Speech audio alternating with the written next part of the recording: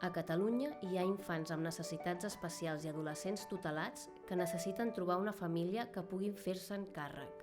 Tot infant, independentment de les seves característiques, té dret a créixer i desenvolupar-se en un entorn enriquidor.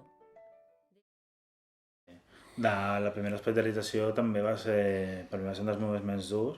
A més va coincidir que l'Eva també va agafar el mateix i vaig tindre que estar jo els primers 4 dies sol a l'hospital, bueno, venia la família així. I per mi, vull dir, després, no sé si després ho hem normalitzat, els ingressos, però aquell el recordo com...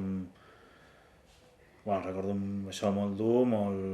Va haver un moment que jo em vaig ensorrar i una infermera em va tindre que estar consolant, vull dir, per mi va ser un moment bastant complicat. Suposo que va ser l'ingrés més complicat que hem tingut, les altres persones han sigut més suaus, però no sé si va ser per ser el primer o perquè va ser especialment complicat, jo el recordo malament. L'avenç amb el llenguatge. Ell va aconseguir dir mama. No? Fins ara no havia aconseguit fer no? I llavors va ser una gran satisfacció. Al cap d'un any va dir mama t'imo, mama t'estimo. No? I llavors, bueno, no puc estar més inflada, no?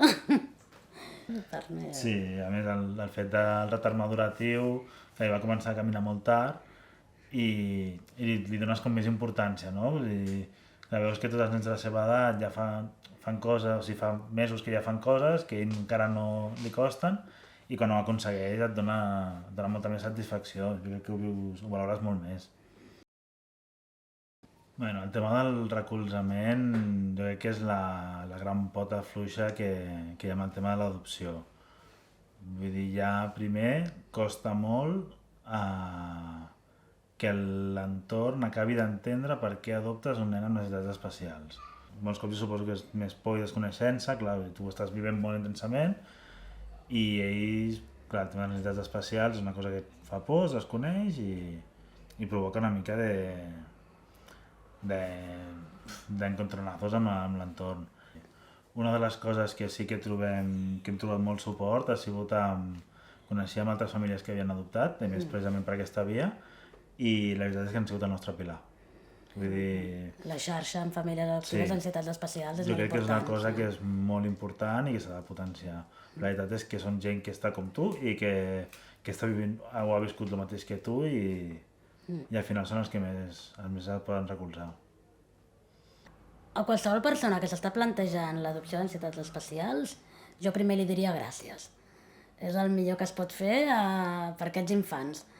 És una opció brutal, no? Li agrairia.